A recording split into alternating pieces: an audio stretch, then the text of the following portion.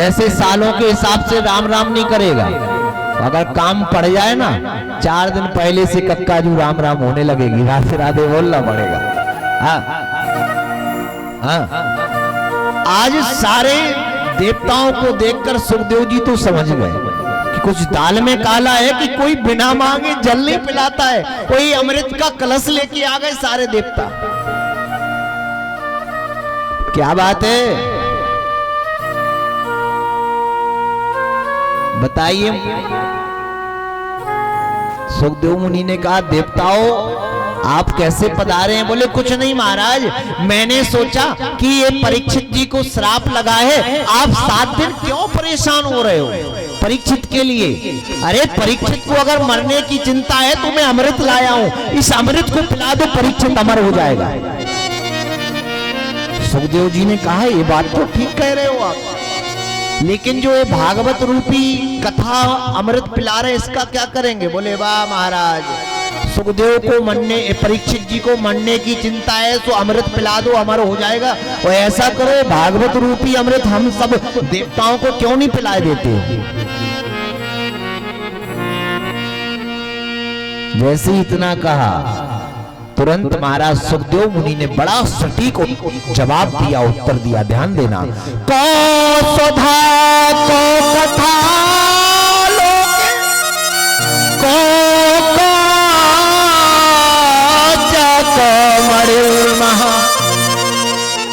बोले बा महाराज, कहां मड़ी और कहां कांच? और कांच की तुलना तुम मड़ी से करने के लिए चले हो। तुम्हारा जो ये अमृत है ना वो इस भागवत रूपी अमृत के सामने कांच है। वो भागवत रूपी अमृत स्वयं मड़ी है और मड़ी की तुलना तुम कांच से कर रहे हो। चलो लेके जाओ अपना अमृत, हमें नहीं पिलाना है, कथा रूपी अमृत पिलाएंगे। ध्यान देना, समुद्र से निकले हुए अमृत से पुण्य क्षीण होते हैं और कथा रूपी अमृत से पाप क्षीण हो जाते हैं। समझे ना? समुद्र रूपी अमृत से पुण्य क्षीण होते हैं, लेकिन कथा रूपी अमृत, कथा इन कानों से भीतर उतर जाए, हरि गोपाल माधव में मन लग जाए, समझ लो हमारे पाप क्षीण हो गए कथा सुनने से। जाओ महाराज, ये अपना अमृत का कलश वापस लेके जाओ। सुर नर मुनि सब सुर नर मुनि सब सुर नर मुनि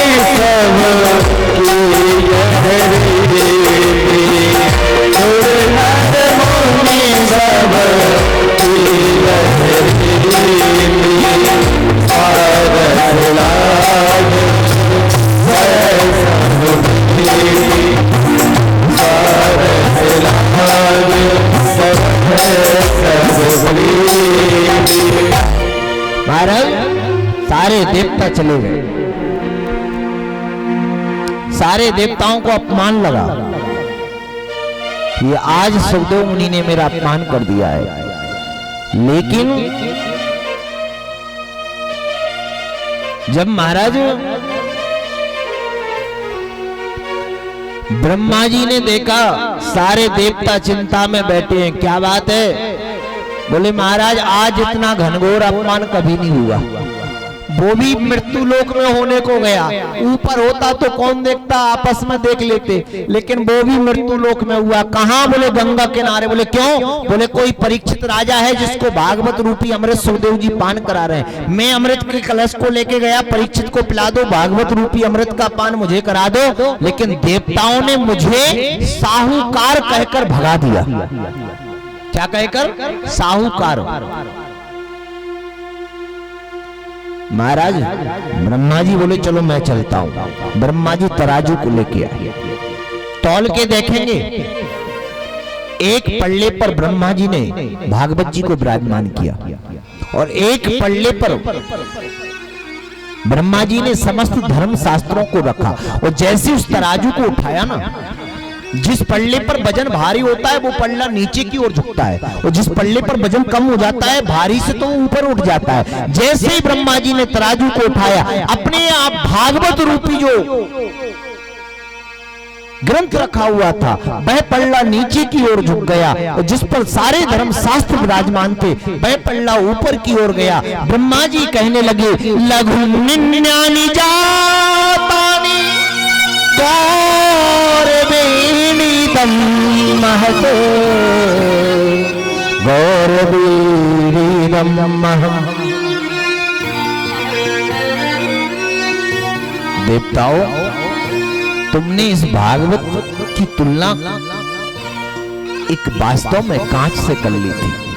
भागवत कोई पन्ना नहीं है, भागवत कोई किताब नहीं है, भागवत जी कोई पोथी नहीं है। भागवत क्या है? बोले प्रत्यक्षम वाग्मयी मूर्ति श्रीमद्भागवती कथा। भागवत स्वयं बांकी बिहारी लाल का बागमय विग्रह स्वरूप ही श्रीमद् भागवत है। मैं हर कथा में कहता हूं, लोगों ने भागवत जी को मनोरंजन बना लिया है। आज कराने वाला भी सोच रहा है मनोरंजन हो जाए 7 दिन, और करने वाला तो फिर चाहता ही है कि मनोरंजन ही हो, रहने तो राधे राधे। लेकिन मैं आप सबसे निवेदन करूं, भागवत कथा कोई मनोरंजन का ग्रंथ नहीं है, भागवत कथा तो मनोमंथन का ग्रंथ है। इसको सुनने से तो जीवन में हर खुशहाली आती है, मन शांत होता है, सारे मनोरथ पूर्ण होते हैं।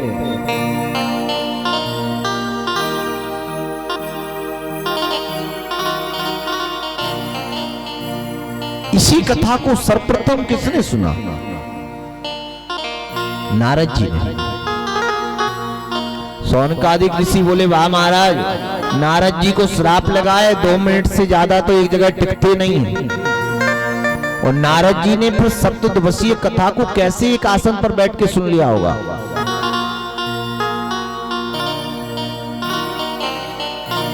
नारद जी के मन में विचार आया, चलो मृत्यु लोक का भ्रमण करते हैं। सबसे पहले विचार आया, संतों के आश्रम पर चलने दो। सर्वप्रथम विचार आया कि तीर्थ यात्रा करने चलने दो। तीर्थ यात्रा करने के लिए जैसे नारद जी गए ना, सब जगह घूमे, पुष्करम च प्रयागम च काशीं गोदावरीं तथा हरि क्षेत्रम कुरुक्षेत्रम श्रीरंगम सेतुबंधनम। पुष्कर गए, प्रयाग गए, काशी गए, सब जगह गए, लेकिन नारद जी को आनंद नहीं आया। चारों भाइयों ने जब देखा नारद जी बड़े चिंता तो रहे। नारद जी से चारों भाइयों ने कहा, क्यों नारद, तुम 2 मिनट से ज्यादा तो कहीं रुकते नहीं हो, लेकिन इतनी चिंता में क्यों हो?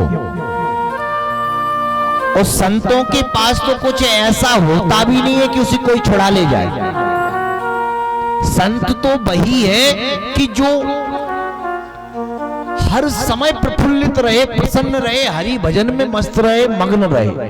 तुम्हारे पास ऐसा क्या था जो किसी ने छुड़ा लिया, जो इतने चिंता में हो? अरे संत तो फक्कड़ होता है, फक्कड़ रहो, तुम 2 मिनट से ज्यादा कहीं रुकते नहीं हो, फिर इतनी चिंता किस बात की है? लेकिन नारद जी ने कहा, भैया मैं तीर्थ यात्रा करने के उद्देश्य से घूमने आया था, लेकिन जब तीर्थ यात्रा करने गया ना भैया, तो मुझे तीर्थ यात्राओं पर अच्छा नहीं लगा। पुष्कर गया, प्रयाग गया, काशी गया, गोदावरी गया, हरि क्षेत्र गया, कुरुक्षेत्र गया, सब जगह गया, लेकिन मुझे आनंद नहीं आया। इसका प्रमुख कारण जानते हो ना? आज सबसे ज्यादा आज पाप तीर्थ क्षेत्रों में करने लगे हैं लोग। कुछ तो इतने नालायक हैं कि वो तो केवल तीर्थ यात्रा करने, ठाकुर के दर्शन करने की भावना से नहीं जाते हैं, पिकनिक की भावना से जाते हैं। पिकनिक की भावना से। बोले चलो 4 दिन की छुट्टी है, बोले चलो वृंदावन पिकनिक मंगा। वो पिकनिक का स्थान है। जब ऐसी भावना से जाओगे तो भगवान भी रोडों पर पिकनिक कर देता है। फिर रोज आए दिन खबरें आप लोग टीवी चैनलों पर सुनते हो, फलाने यहाँ पर बस खाई में गिरी, यात्रियों की बस पलटी, ट्रैक्टर पलटा, ट्रॉली पलटी। ये क्या है? हमारी भावना जब तक श्रेष्ठ नहीं होगी, हम उस भावना से उस जगह पर जाएंगे जिस भावना से ठाकुर मिलता है, भगवान की कृपा मिलती है। और अगर उस भावना से ना जाकर हम वहां पाप करेंगे, शराब पिएंगे, मांस खाएंगे, व्यभिचार करेंगे, कैसे हमें परमात्मा क्षमा कर पाएगा?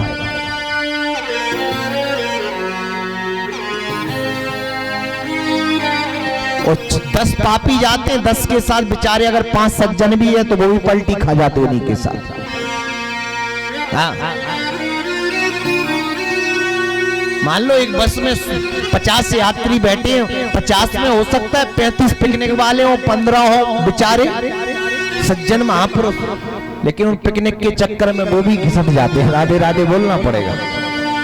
हाँ, इसलिए कभी कोई तीर्थ यात्रा पे जाए तो पूछ लो, भाई साहब पिकनिक की भावना से चल रहे हो या भगवान के दर्शन करने के लिए? उनने कहा नहीं, 4 दिन की छुट्टी है, सो हम तो सोचा घुमा लाएं। तो जहां केवल पिकनिक की बात करी, कहना तो आप ही जाओ, सो आप ही घुमाओ, हमें नहीं जाना। हाँ। नारद जी कहते हैं भैया मुझे तीर्थ क्षेत्र में अच्छा नहीं लगा। और बोले भैया इसके बाद मैंने कोशिश की, चलो संतों के आश्रम पर चलने दो, ध्यान देना। भैया संतों के आश्रम पर जब मैं गया ना, तो वहां तो और दुर्दशा को देखा मैंने।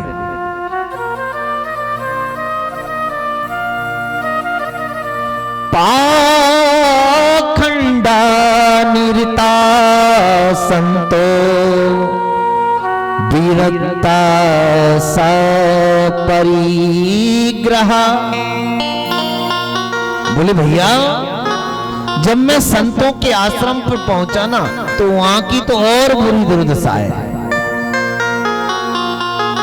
पहले के सन्यासी त्यागी महात्मा वो कहलाते थे जिनके पास वास्तव में भजन के अलावा कुछ नहीं था। उन्हें सन्यासी, त्यागी और बैरागी जी कहा जाता था, विरक्त कहा जाता है। आज के वीआईपी बाबा वो कहलाते हैं लोगों की निगाह में जिसके पास बड़े बड़े हवेलियां हो, बड़े बड़े बिल्डिंग हो, बड़ी बड़ी गाड़ियां हो। बोले फलाने ढिकाने महाराज के पास 10 फॉर्च्यूनर है, फलाने ढिकाने महाराज के साथ 5-5, 10-10 पीछे पीछे मस्ती चलती है उनके।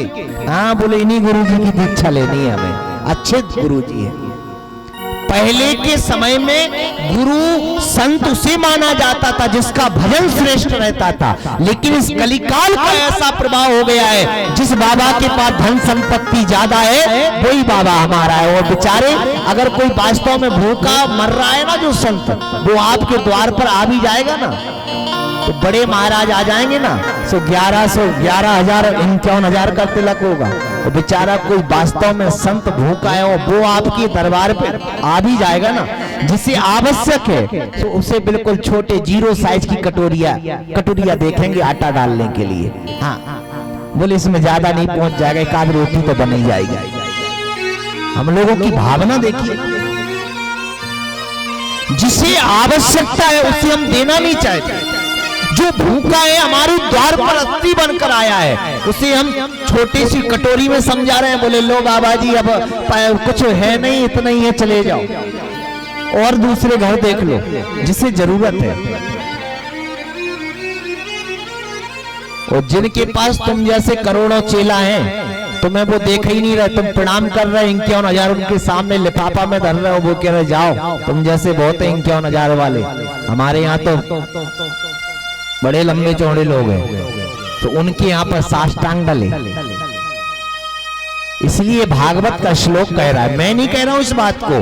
पाखंडा निरता संतो विरक्ता परिग्रह कन्या भिकर्णो लोभा दंपति नाम चकलकनम। बोले भैया, नारद जी कहते हैं भैया मैं मृत्यु लोक में तीर्थ यात्रा पर अच्छा नहीं लगा तो संतों के आश्रम पर भी गया, लेकिन संतों के आश्रम पर केवल पाखंडवाद दिखाई दिया भैया। क्योंकि जो वास्तव में जो संत हैं, जो संतत्व जीवन जी रहे हैं, उनका तो दर्शन तो ही दुर्लभ है, उनका तो आशीर्वाद ही दुर्लभ है। और भैया केवल संत स्वरूप बनाकर केवल अपने पाखंड बात को छुपाए हुए बैठे।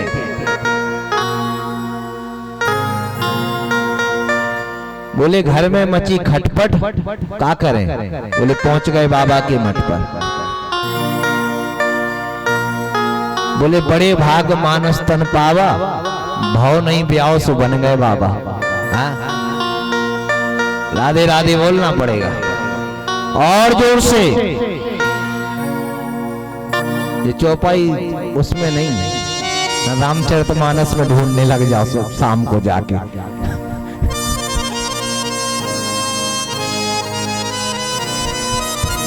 हाँ। कहने का तात्पर्य, अगर संतत्व जीवन तो वो है ना, संत केवल वस्त्रों से संत की हम तुलना नहीं कर सकते कि केवल वो वस्त्र पहन ले, पीला वस्त्र पहन ले, दाढ़ी रख ले, तिलक रख ले, हम सोचे हम संत हैं। नहीं, एक संत तो पैंट शर्ट पहनने वाला भी हो सकता है। आप सब में भी जिसके मन में संतत्व भावना हो, जिसके मन में परोपकार की भावना हो, जिसके मन में सरलता हो, जिसके मन में सहिष्णुता हो, वही संत है।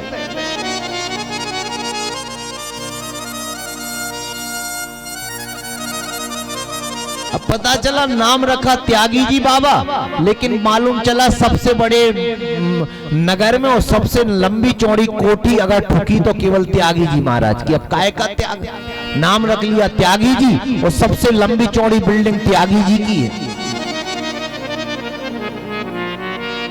बोले भैया मैं संतों के आश्रम पर गया, वहां पर भी मुझे बिल्कुल भी अच्छा नहीं लगा। अरे नारद कोई बात नहीं, संतों के आश्रम को छोड़ देते ना। भैया संतों के आश्रम को छोड़ दिया, फिर मैंने सोचा चलो कहीं आनंद नहीं आया तो गृहस्थियों के घर तो अच्छा आनंद आएगा। लेकिन भैया गृहस्थियों के घर गया तो वहां तो और बुरी दुर्दशा है। क्यों? गृहस्थियों के यहाँ क्या देखा? बोले तरुणी प्रभुता गे श्याल को बुद्धि दायका। बोले भैया अब माँ बाप की सुनने वाला कोई नहीं है। हर तरुणी आनी नया, हर घर में नए लोगों का चलावा हो गया है, लड़कों का चलावा हो गया। विवाह होने के बाद माता पिता ये सोचते बहू रानी आएगी, लड़का हमारे मन से चलेगा। लेकिन जिस दिन बहू रानी आई उसी दिन से बोले या तो खेत पे जाओ या वृद्धाश्रम जाओ या अलग घर में रहो, हमें सुख से रहने दो, जाओ तुम्हारी जिम्मेदारी पूरी हो गई। हर घर में नई बहू का चलावा है। केवल बेटा जब तक बाप मान रहा है कि ये मेरा बाप है, जब तक पूरे माल गोदामों की चाबी ना मिल जाए। हाँ? और जिस दिन पूरे माल गोदामों की चाबी जिम्मेदारियां दे दी फिर काहे का बाप, जाओ जहां रहना है। हर घर में बोले भैया नई लोगों का चलावा हो गया है। श्याल को बुद्धिदायका, और बोले नई बहू का चलावा हो गया, लड़का का चलावा हो गया, माँ बाप की नहीं सुन रहा है, तब तक तो ठीक है। बोले आजकल लेकिन बुद्धि देने वाला भी कौन हो गया? श्याल को। बोले आजकल बुद्धि अगर कुछ विवेक चाहिए तो माँ बाप से नहीं पूछा जाएगा, घर के बड़ों से नहीं पूछा जाएगा, और बोले आजकल तो बहन जी के भैया साले साहब, अगर कोई बात आई तुरंत श्रीमती जी कहेंगे। अब रंदो जल्दी फोन लगा लो भैया से भैया बताएं दे रहे। हाँ जैसे भैया यूएस से पढ़ के आए हो, राधे राधे बोलना पड़ेगा। हाँ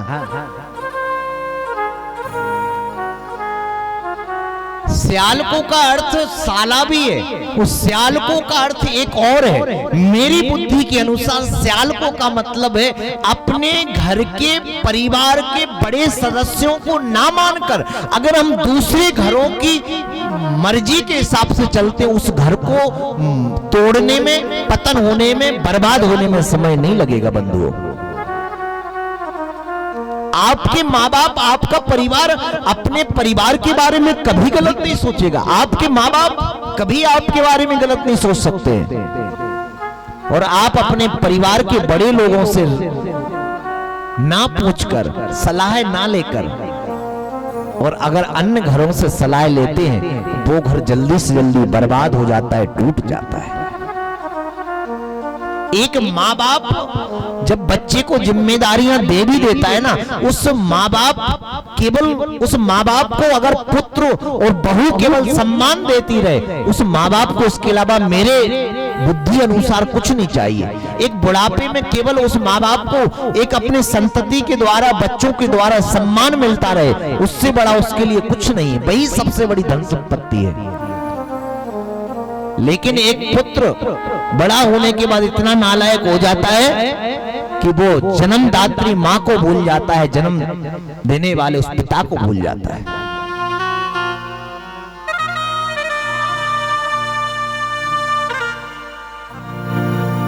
आजकल हर घर में कलह विद्यमान है। जहां पर कलह है ना, वहां पर लक्ष्मी वास नहीं करती। वहां शांति जहां नहीं है ना, जहां कलह है ना, लक्ष्मी कभी नहीं टिकती, देवताओं का वास कभी नहीं होता। और जिस घर में कुछ ना हो, केवल शांति विराजमान हो, वहां पर देवता भी निवास करते हैं, वहां लक्ष्मी भी रहती है, विवेक भी रहता है। बड़ा अच्छा गृहस्थ जीवन रहता है। लेकिन आजकल तो ऐसे भी लड़ाई हो जाती है। एक घर में लड़का का विवाह हुआ, माँ बाप खूब प्रसन्न, चलो हमारा एक ही बच्चा है, इसका विवाह होगा, चलो अब बहू रानी आएगी, अब हम लोगों की सेवा की यहीं पर समाप्ति रहेगी कि अब तो खूब काम कर लिया। अब माँ भी सोच रही हमारी बहू रानी करेगी काम घर का, पिता भी सोचता हमारा बेटा करेगा, दोनों अच्छे से रहेंगे, अब हम तो प्रसन्न रहेंगे, जो काम बनेगा कर लेंगे, नहीं करेंगे। लेकिन जैसी बहू आई तो महाराज वो तो और बड़ी वाली ठहरी, आई घर का कोई काम ना करे। अभी तो बेचारी सास को केवल अपने एक बच्चे का लोड था, अब बहू आ गई सो बहू को भी डबल चाय बना के देनी पड़ गई, पूरा काम सास को करना पड़ रहा है। लेकिन एक दिन बेटा ने सोचा कि हमारी माँ ने हमें पाल पोस कर बड़ा किया, आज हमारा विवाह हुआ है और आज भी विवाह होने के बाद झाड़ू हमारी माँ लगा रही है, घर का पोंछा बर्तन हमारी माँ कर रही है, सब कुछ जब हमारी माँ ही कर रही है तो इसका क्या काम है। लड़का थोड़ा समझदार था, ध्यान देना, और बहू खतरनाक वाली मिल गई। हाँ। अब जैसे ही लड़का ने अपनी माँ से कहा, माँ कल से तुम्हें कुछ भी काम नहीं करना है, इसी को करना पड़ेगा।